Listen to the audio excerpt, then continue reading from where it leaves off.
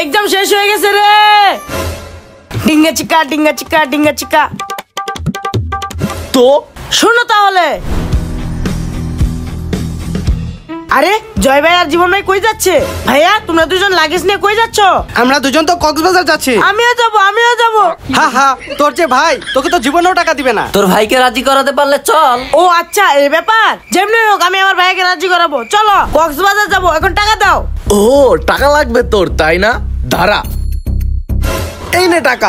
ভাইয়া এটা তো কাঁঠালের পাতা। তোর মতো বয়সে এই কাঁঠালের পাতাতে আমি বিদেশ ঘুরে আসতাম, আর তোর কিনা লাগবে টাকা। যা ভাগ এখান থেকে।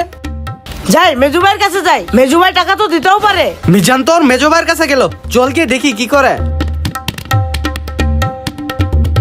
ভাইয়া তো এখানে বসে গেমস খেলতেছে, গিয়ে এখনই টাকা চাই।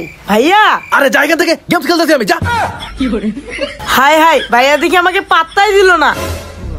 কি বলেছিলাম না তোর ভাই টাকা দিবে না? আসলে ভাইয়া টাকা দিতেই চাইছিল, কিন্তু আমি নেই। থাক, তোর আর কিছু বলতে হবে না। আমরা দুজন সব দেখে ফেলেছি। মিজান তোকে টাকা দেয়নি দেখে আমার অনেক খারাপ লাগতেছিল। নে এইবারের মতো ঘুরে। আরে আমরা তো টিকিটই কাটছি দুইটা, মিজান আমাদের সাথে কেমনে যাবে? হ্যাঁ তাই তো। আমি কিছু জানি না, আমি যাবোই যাব। চল আমরা তাহলে লুকোচুরি খেলি, যে আগে ধরা পড়বে সে বাড়িতেই থেকে যাবে। আচ্ছা ঠিক আছে, চলো এখন লুকোই। আরে জীবন তুই কোথায় যাচ্ছিস? আমি তোকে মিথ্যা বলে ভাগিয়ে দিলাম, এখন আমরা দুজন কক্সবাজার যাব। ও গুড আইডিয়া, চল। এখানেই লুকিয়ে থাকি, কেউ আমাকে দেখবে না। আরে কতক্ষণ হয়ে গেল, এখনো কেউ আসতেছে না কেন? আচ্ছা ঠিক আছে, আমি একটা কল করে দেখি।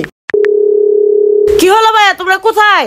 আরে আমরা তো কক্সবাজার চলে এসেছি, আমরা তো সমুদ্রের পাড়ে মজা নিতেছি রে। এই রে, আমাকে বোকা বানিয়ে গেল।